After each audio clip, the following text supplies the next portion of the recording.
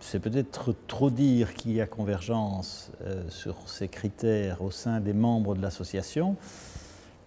Les membres de l'association des investisseurs de long terme partagent tous les caractéristiques d'être des institutions publiques qui s'intéressent donc par mission à la viabilité économique générale et donc au long terme et aux aspects sociétaux et aux externalités, et pas seulement au profit.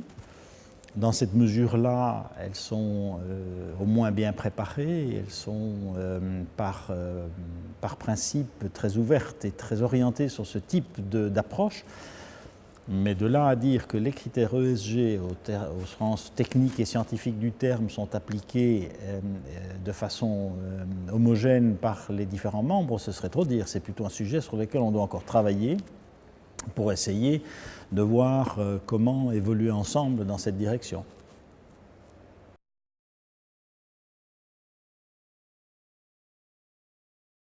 C'est un des objectifs de l'association des investisseurs de long terme, l'association européenne des investisseurs de long terme, que de faire du lobby, pour employer votre expression, auprès des institutions européennes.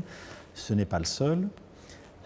Et donc, je crois important de commencer souvent par un dialogue entre les membres de l'association pour échanger les pratiques, les expériences et les informations en la matière, pour essayer de développer éventuellement une approche commune et ensuite de dialoguer avec les institutions européennes sur ce sujet. Alors comme ce sujet fait partie de l'ADN de ces institutions et de leur façon de travailler en général, je crois que ce sera en effet un des sujets qui sera exploré. D'ailleurs, la Caisse des dépôts et consignations française a proposé à l'association de mettre ce sujet à l'ordre du jour de nos débats et ensuite de nos objectifs. Donc je pense que ce sera un des sujets qui sera pris en compte.